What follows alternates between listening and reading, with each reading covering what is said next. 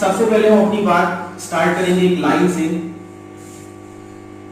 कि मान लो तो हार है और ठान लो तो जीत है।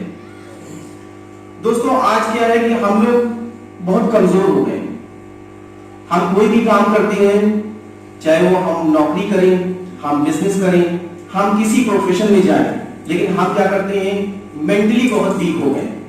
हम बहुत जल्दी हार मान लेते हैं। जरा सी परेशानी आई नहीं कि हम पीछे हटने लगते हैं।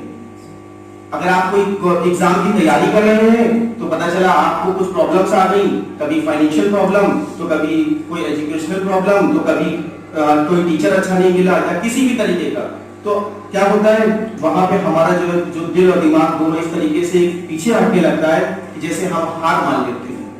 और वही एक मोमेंट होता है जो हमको पीछे ले आता है हमारे उस सपने से जो हमने देखा था।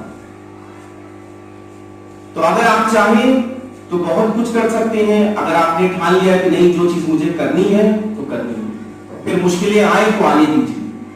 हालात कैसे भी हो, अच्छे से अच्छे हो, चाहे बदतर से बदतर हालात, अगर आपने कोशिश करना छोड़ दी तो समझ लीजिए कि फिर आपको कामयाबी कभी नहीं मिल सकती। कामयाबी इतिहास गवाह इस चीज का सिर्फ उनको मिली है जिन्होंने सच में ईमानदारी के साथ, पूरी लगन के साथ अपने सारे एफर्ट दिए, अपना 100% दिया है। आज क्या होता है, हम लोग सिर्फ एक्सक्यूज देते हैं दोस्तों। हम लोगों के सामने क्या होता है कि नहीं भाई, हमारे हालात ऐसे थे, हमारे घर में खाने को नहीं था, हमारे जो फादर थे उनका काम अच्छा नहीं चलता था, या हमें फला टीचर नहीं मिला था, हमें ऐसा अच्छा कॉलेज नहीं मिला, हमारा सिलेक्शन आईआईटी में नहीं हुआ। तो दोस्तों क्या बताइए, आईआईटी में सिलेक्शन होना ही सक्सेस है? क्या आपको लगता है? बहुत सारे केसेस आपने सुने होंगे, ऐसे ऐसे बच्चे जिनका आईआईटी, आईआईएम और बड़े बड़े कॉलेजेस में एडमिशन हुआ, लेकिन उन्होंने बाद में जाकर सुसाइड कर ली। क्या ये सक्सेस है? अगर ये सक्सेस है तो मेरे दोस्तों फिर इस सक्सेस से अच्छा ऐसे आईआईटी और ऐसा आईआईएम बंद कर दिए जाए। मुझे नहीं लगता कि फिर जो जिस बच्चे की जान उस आईआईटी, आईआईएम ने ले ली तो किस आईआईटी, आईआईएम की जरूरत है। लेकिन यहाँ मैं ये नहीं कह रहा कि आईआईटी, आईआईएम बंद कर दीजिए, क्योंकि गलती उनकी नहीं, गलती कुछ हमारी है, कुछ हमारी सोसाइटी की है, कुछ हमारे जो है सोच की है, ठीक है, कुछ एजुकेशन सिस्टम की है, जिसे धीरे धीरे हम कोशिश करेंगे कि चेंज किया जाए। तो आज सबसे पहले मैं आपको जो यहाँ पे जिस चीज के लिए हम लोग आए हैं, एक करियर काउंसलिंग प्रोग्राम के लिए, तो दोस्तों मैं पूछना चाहता हूँ कि बताइए सबसे पहले करियर काउंसलिंग क्या जरूरी है? क्या बिना करियर काउंसलिंग के हम कुछ नहीं कर सकते? दोस्तों कर तो हम सब कुछ सकते हैं, लेकिन मुझे एक जवाब दीजिए, आज के टाइम पे अगर आपको एक बाइक खरीदनी होती है, आप कम से कम 10 लोगों से पूछते हैं कि भाई बाइक कौन सी है, एवरेज कौन सा अच्छी देती है ना, उसके बाद रेट कितना है, अगर हमें इस चीज पे ये दूसरी बेहतर चीज मिल जाए तो ज्यादा बेहतर है।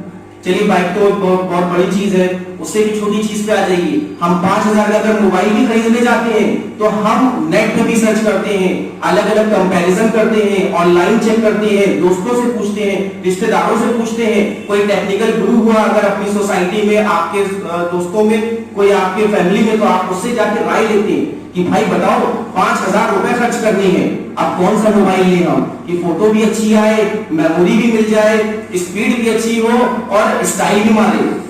है बात सही कि नहीं? अब सोचिए हम उस 5,000 के लिए सोच रहे हैं, लेकिन जो हमारी जिंदगी के लिए काम करना है, हमें अपने करियर के बारे में, हम उसके बारे में नहीं सोचते। क्या करते हैं हम, फलाना दोस्त ले रहा है बीए में एडमिशन, चलो भाई हम भी बीए में एडमिशन लेंगे। हमारी सहेली ने ले लिया फैशन डिजाइनिंग में एडमिशन, तो हम भी फैशन डिजाइनिंग करें। अरे पड़ोसी का लड़का एमबीए कर रहा है, तो भाई पापा हमें भी एमबीए करना है, भले ही आप कहीं से पैसा लाइए। माँ कहती है भाई अब पैसा आपको देना है, आप चाहे फटे जूते पहनिए, लेकिन लड़के को एमबीए कराना है। क्यों कराना है? पड़ोसी का लड़का एमबीए कर रहा है। और बाद में क्या होता है, वही लड़का जब एमबीए जबरदस्ती करता है, एमबीए करने के बाद उसे मालूम चलता है कि अब नौकरी कितने की मिल रही है। उसने तो सोचा था कि भाई हम तो चांदारों में खेलेंगे, लेकिन असल जो असलियत होती है जब वो फील्ड में पहुंचता है तब उसे मालूम चलता है।